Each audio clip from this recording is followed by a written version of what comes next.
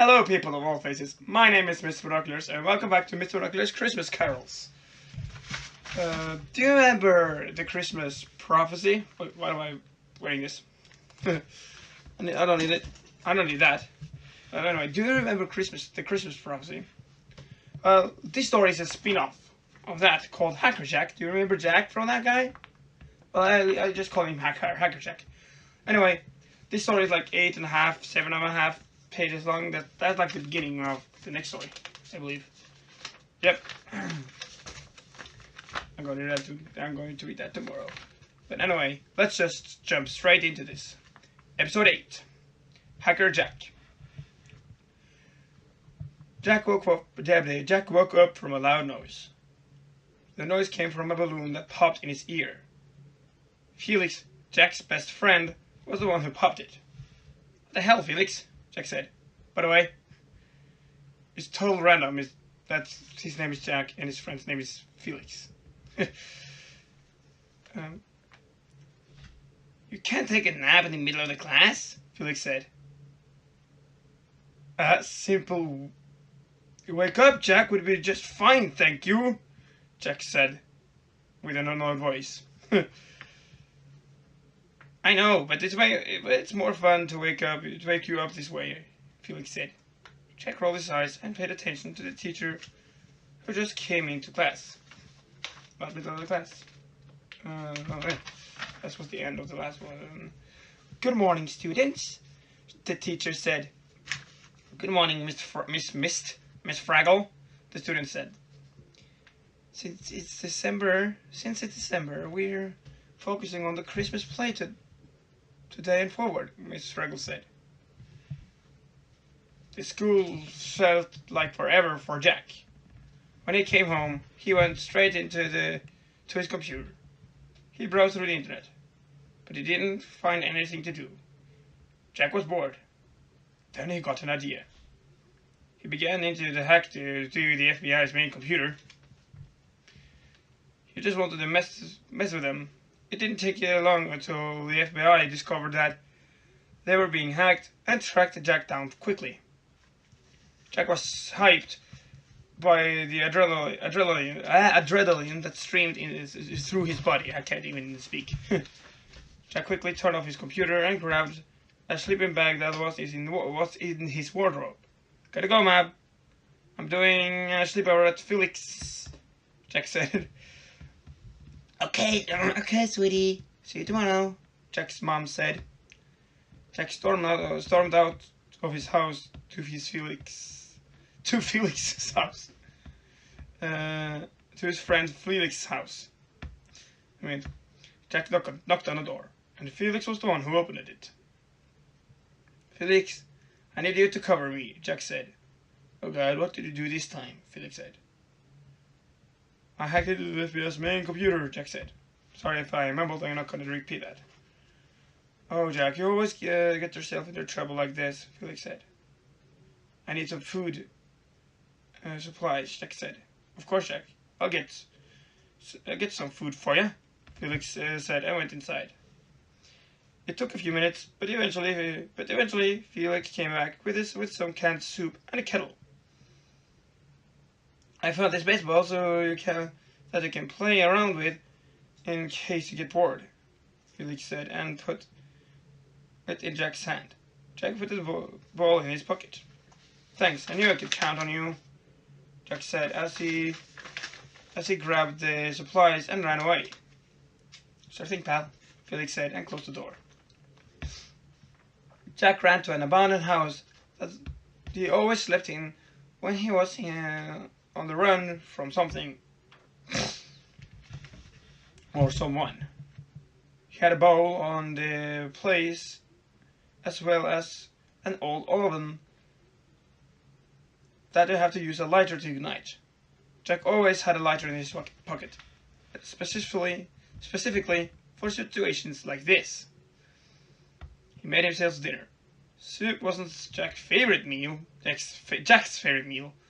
but he accepted the fact that he from now on was a fugitive and needed to stay low for a while. Jack didn't have much to do in the abandoned house, after dinner, so I picked up the ball from earlier and threw it against the wall to pass time. It worked perfect. It worked perfectly. When it got dark, Jack prepared his sleeping bag and went to sleep. I had to sneeze. Oh, hate when it happens. Jack woke up in the middle of the night from his phone ringing. He picked up the phone. "Hello?" Jack said, with a tired voice. "Hey Jack, it's me. Can you take me and my friend to the North Pole? A female voice said. "Julian, how is it going?" Jack said. "How is it going?" "I'm fine, but you didn't answer my question." By the way, wait. Can you take me and my friend to the North Pole? Julian asked. By the way, there was something I actually added in something. I actually added in these lines later on in the Christmas prophecy, but I printed out that one too early and I forgot to reprint it. So, yeah. "Yes, I can," Jack said. "When will it take us?" Julian said. "Tomorrow at dawn." Jack said. "Where?" Julian asked. "At the old docks," Jack said. "Great, we'll meet you there," Julian said and hung up. The next day, Jack met Julian and her friend at the old docks, as it was agreed. Well, we all know what happened. We all know how this went. How the fuck did I mess up that? It's literally written that. We all know what happens. So yeah, it's actually written that. So after he did what he did for Julian and her friend, he went straight back to the abandoned house. Sorry. No. But when he went inside, he noticed something different. It was different. A candle was placed in the middle of the room. It was lit. Someone else was here. Jack quickly looked around to find something to defend himself with. Luckily, he found a gun in the kitchen that wasn't loaded, but the intruder didn't know that. It was like in one of the shops, or whatever you call it in English. English is not my main language, okay? So he grabbed the gun. "Who's there? I have a gun," Jack said. "I'm warning you," Jack added.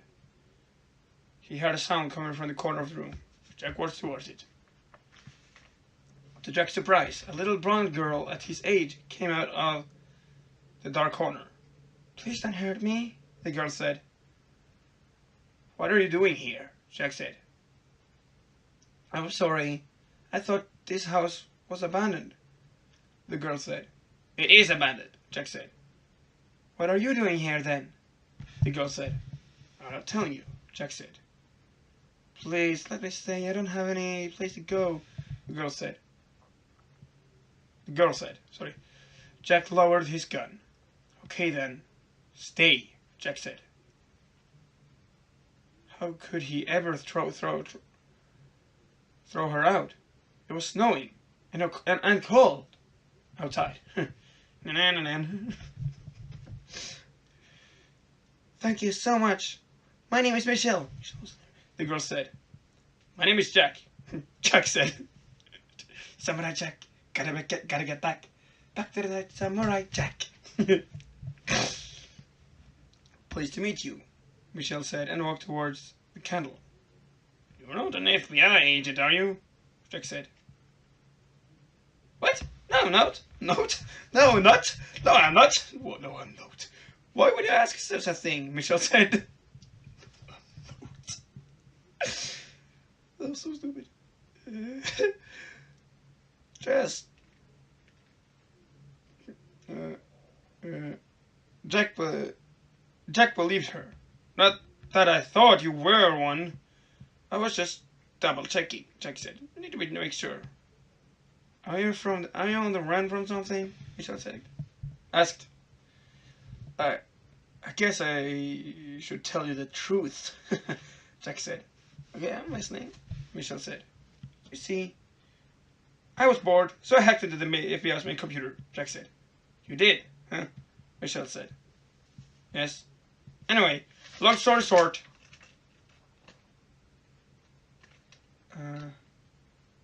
I just need to stay low for a while, Jack said. And I just need to make sure it was on the right page.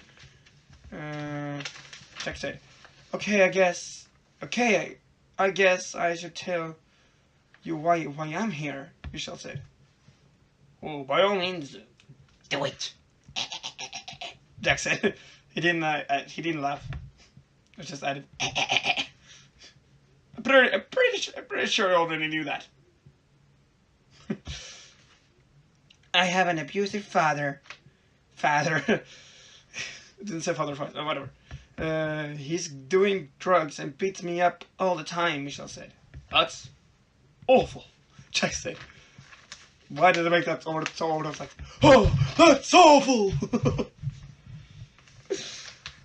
You don't know the worst part yet, Michelle said. What is it, Jack said. What is it, Jack said. I'd rather not talk about it. It's too painful, Michelle said. It's okay. I understand, Jack said. Listen, we're both tired. Let's just sleep for now, Michelle said. They both went to sleep. Jack offered Michelle his sleeping bag, but she declined it and said, It's okay, you don't have to give that to me. I insist, Jack said. Michelle took the offer. Michelle took the sleeping bag. Thanks, Michelle said. It's not a big deal. Jack said and fell asleep on the fucking floor. I forgot. I forgot to add that. I forgot to add that in, so I just add that in right now. Jack and Michelle woke up from a loud knock on the door. Our security there, I thought it said duck. FBI, open up! A voice said. They're after me, Jack said. We need to run, Michelle said. You don't have to run, Jack said. I just have to. If they find me here, they might assume that I work with you, Michelle said. All you have to do is explain that you didn't have anything to do with me, Jack said. I know that, but you helped me. I thought you were going to shoot me, Michelle said. The gun was never loaded, Jack said. It doesn't matter. I don't want you to get caught, Michelle said. Fine, come with me. If the time is right. There's no better team. We don't have much time. That's alright. I just said the time is right, and then it says there's not much time. Jack said and ran out the back door with Michelle.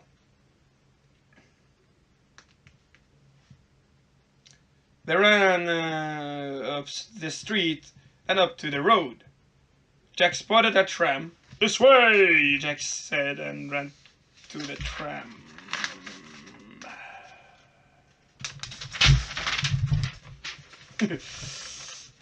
Why did I make it so over the top sometimes? Michelle followed him. The tram was moving to another part of the city. Jack and Michelle stepped off the tram and kept running. They ran through backyards and playgrounds, and then they ran up a hill. They were both there. They both saw a small town. Little town. They went to that small town. They knocked on the door to every house, but no one wanted them to go in. Eventually, they went up to a farm. The farmer accepted them and would let them stay for one condition. They both had to help out the farm. They agreed on that. I'm sorry if I don't read with passionate or whatever. Or something. I'm sorry if I don't read like his was like this, and then they went up there. No one reads like that. That wasn't even close to it. But I'm sorry. I'm sorry if I don't read like more into the story. And not a fast reader. When it's out loud. That is. When I read for myself, I read fucking fast. Well, not that fast, but you know what I mean. Let's just go into the story. The former name was John, with an H. So not me.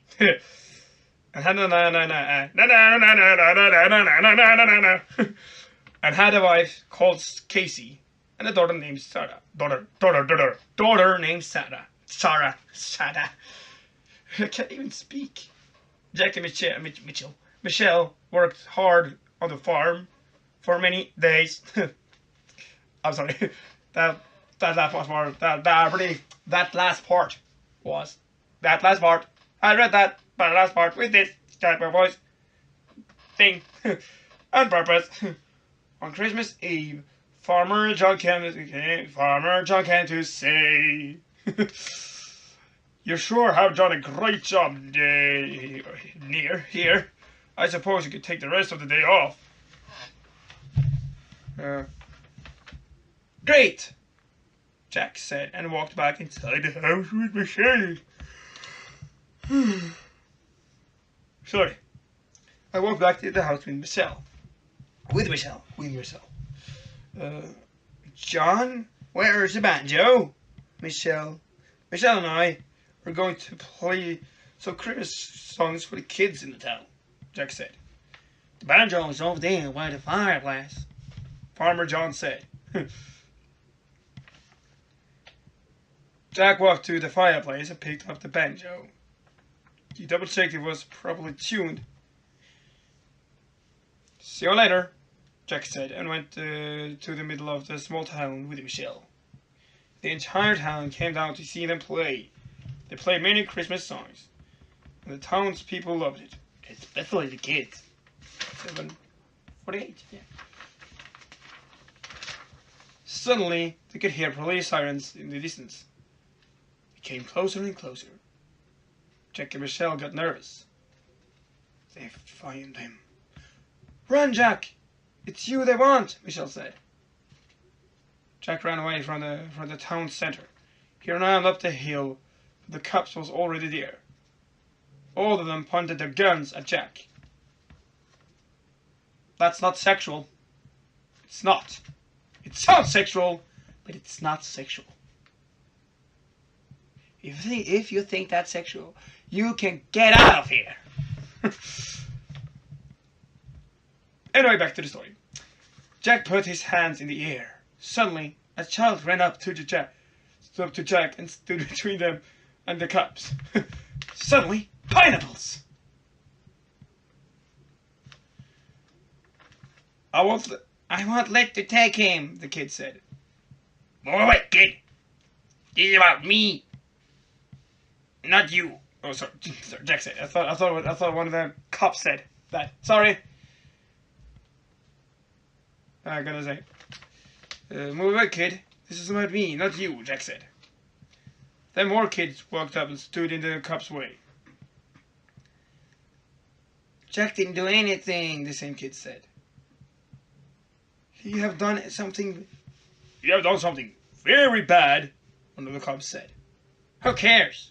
He's a caring, nice person. You won't let to take him." One of the other kids said, "Who cares? He's a caring person." Oh, there's so much irony in that one sentence. Then they all began to sing a Christmas song. Jack was touched. They sung the same songs that he and Michelle sung to them. Before Jack came, we didn't know any Christmas songs. But this one taught us. But he taught us, the same kid said. Please be kind, have a heart. It's Christmas. This is for love and forgiveness. Not really though, but it's kind of not. Yeah. Okay, I guess you could call it that. It is basically that. One that the kid said. And presents. A small kid whispers. Oh, sorry. And presents. A small kid whispers. He didn't whisper low enough because everybody laughed. The cops lowered their guns. "We left you off with a warning, kid. The cop said. "Thank you," Jack said. "Don't mention it. It's Christmas. No one should be alone and allowed to be arrested on Christmas. Unless he'd lowered it again," the cop said. "Before I forget, I'd like to report something," Jack said. 4999. What? The police officer said. "My friend Michelle is abused by her father," Jack said. Michelle came up to Jack. "Is that her?" the police officer asked. "Yes," Jack said. "Is it true that your father is abusing you?" the police officer said. "Yes, it's true," Michelle said. Why don't you come with me and after a few questions?" the police officer said. "Okay," Michelle said, and followed the police officer. A couple of hours later, Michelle came back to the farm where Jack was waiting. "Might not have any family left," she said. "Well, you're more than welcome to stay here," Farmer John said.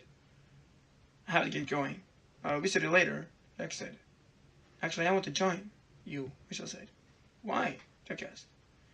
"Because I like you very much," Michelle said. "I like you too," Jack said. I'm going to live here, only that starts tomorrow," Michelle said. "See you tomorrow," Farmer John said. "Bye," Michelle said, and walked with Jack to his house. Almost read this part here. That's like the beginning to tomorrow's story. But anyway, that's all I have for you today with this story. If you like this episode, please leave a like. And if you haven't already, subscribe to the channel and hit that notification bell so you get notified every single time I upload a new video. And when all that is done, we will all meet again next time on the channel. And also, I'm going to say it early and say it in every single episode of this series. Merry Christmas!